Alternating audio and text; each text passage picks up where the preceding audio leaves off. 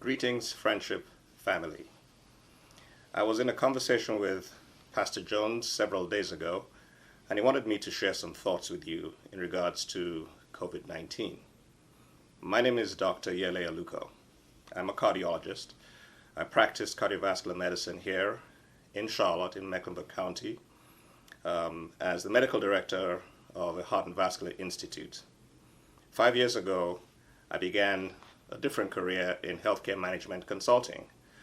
I advise health system clients across the country about several issues within the industry, and most recently and consistently about approaches to risk mitigation around COVID-19. I'd like to speak to you about a number of things, but before I do that, let me emphasize that I'm speaking to you as a member of Friendship Missionary Baptist Church. I am a physician, as I said, but I have purposefully not donned my white coat and certainly not donned my business coat or bow tie, because I'm speaking to you simply as a member of Friendship Missionary Baptist Church.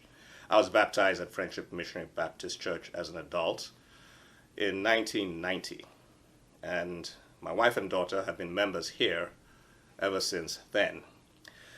There's a lot of noise and confusion around COVID-19, and I hope today to be able to help sort through the noise and provide some clarification and insight so that we as members of the church and within the African American community in general can be better informed so as to make objective and what I consider to be responsible personal decisions around the vaccine. So I'd like to talk to you about a number of things. Number one, I'd like to talk to you about the role of the organizations such as the NIH, the CDC, the Department of Health and Human Services that we hear about. So that's number one. And number two, I'd like to touch a little bit on the science of vaccinations.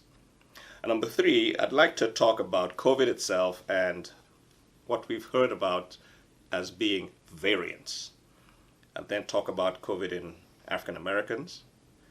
Then I'll talk about the importance of vaccination in general, in all races, but particular reference to African Americans. So the National Institutes of Health is a name you're probably familiar with, the NIH.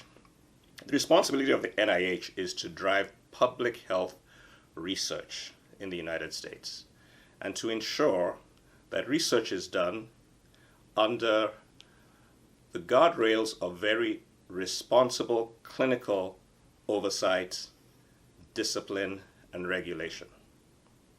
The COVID-19 trials that have been done under the oversight of the National Institute of Health. And again, the role of the NIH is to ensure that clinical trials that are going to be relevant to the public health of the United States are done in a very disciplined and scientific manner.